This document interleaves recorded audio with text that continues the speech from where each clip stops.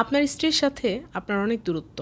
স্ত্রীর কাছে প্রতিনিয়তই সময় চান, কিন্তু ম্যাক্সিমাম সময় আপনার স্ত্রী ব্যস্ত থাকে বা অসুস্থ থাকে বা আপনার সাথে আসলে পার্সোনাল সময় কাটানোর মতো সময় তার হাতেই থাকে না। সেজন্য রাগের বশবর্তী হয়ে মাঝে মাঝে আপনার নিজেরও মনে হয় আমি দ্বিতীয় বিয়ে করে ফেলি। আজকে এমন কিছু কথা বলবো, তারপর আপনার ওয়াইফ অবশ্যই আপনাকে সময় দিবে। আমি সম্পাক্তর আছি নতুন এই ভিডিওটিতে, আশা করি পুরো ভিডিও জুড়ে আপনি আমার সাথেই থাকবেন। প্রথমে আপনাকে খুঁজতে হবে সমস্যাটা কোথায়। সেই সমস্যাটা যদি আপনি সমাধান করে ফেলতে পারেন, তাহলেই কিন্তু আপনার স্ত্রী আপনাকে আপনার মতো করেই সময় দেওয়ার চেষ্টা করবে।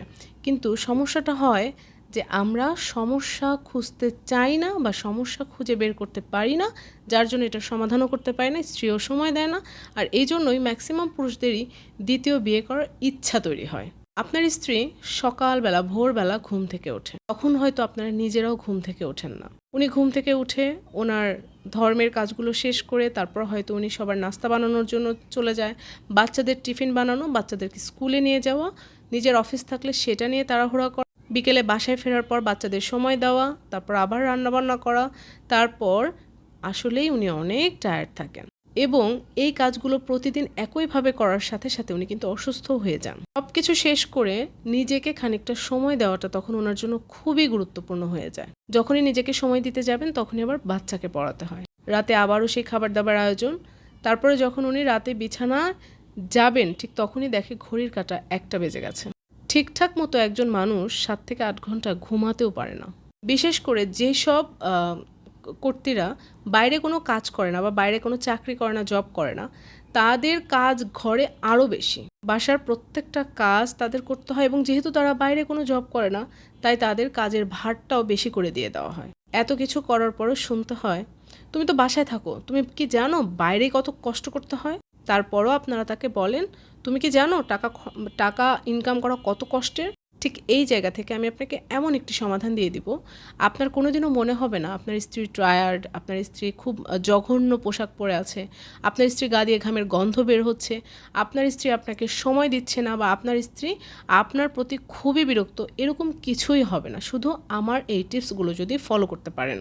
আপনি যদি দ্বিতীয় একটা বিয়ে করেন, তাহলে ডেফিনেটলি আপনার সেই দ্বিতীয় ওয়াইফের জন্য অনেক বেশি টাকা পয়সা খরচ করতে হবে না? তো অত টাকা খরচ করার কোনো দরকার নাই। আপনি 1000-5 টাকা দিয়ে একজন আপনার ওয়াইফকে হেল্প করবে এরকম একজন হেল্পিং হ্যান্ড তাকে আপনি রেখে দিবেন। ঘর মুছে দিয়ে যাওয়া, কাপড় ধুয়ে যাওয়া, কাটাকাটি করা, পরিষ্কার পরিচ্ছন্ন করা, এমনকি রান্নাবান্নার যাবতীয় কিছু কুটে কেটে একেবারে রেডি করে দিয়ে যাবে। আপনার ওয়াইফ হয়তো বা আধা ঘন্টা বা 45 মিনিট সময় নিয়ে 2-3টা তরকারি রান্না করে ফেলতে পারবে। কিছু টাইম বাচ্চাদের দিবে, কিছু টাইম আপনাকে দিবে, কিছু টাইম তিনি নিজের জন্য রূপচর্চার জন্য ব্যয় করবেন। আপনারা বাইরে গিয়ে যেসব নারীকে অনেক সুন্দর পোশাকে দেখেন, অনেক সাজুগুজু অবস্থায় দেখেন বা যাদেরকে অনেক সুন্দর লাগে দেখতে, ওই সব নারীদের হাজব্যান্ডরা কিন্তু এভাবেই তাদেরকে সময় দেওয়ার চেষ্টা করে। মানে তাদের জন্য কাজের লোক রেখে দেয়, তাদের যত রকমের সুবিধা, এমনকি তাদেরকে পার্লারে পর্যন্ত পাঠায় সুন্দর হয়ে আসার জন্য। কিন্তু আপনারা ঘরে বসে আফসোস করেন, আমার ওয়াইফ সুন্দর না, আমার ওয়াইফের গা দিয়ে গন্ধ, আমার ওয়াইফ ছেঁড়া গেঞ্জি পরে থাকে। কেন থাকে? কতবার চেঞ্জ করবে? আপনি তার কাজের জায়গাগুলো একটু দেখেন। আপনার যদি ভেতরে মানবতা থাকে, তাহলে দ্বিতীয় বিয়ের চিন্তা আপনার মাথায় আসবে না। আপনি প্রথমে তার জন্য তার সুবিধা হয় কিভাবে, আপনি কতটুকু হেল্প করলে তার সুবিধা হচ্ছে, আপনি সংসারের কিছু দায়িত্ব আপনি নিজেও ঘাড়ে তুলে নেন। এমনকি আপনি আপনার বাবা মাকে বোঝান যে আপনার ওয়াইফ একজন মানুষ, তাকেও আলাদা করে সময় দেওয়ার দরকার আছে। তার জন্য যেন কেউ তাকে পেরেশানিতে পড়ে এরকম কাজ যেন কেউ তার উপরে চাপিয়ে না দেয়।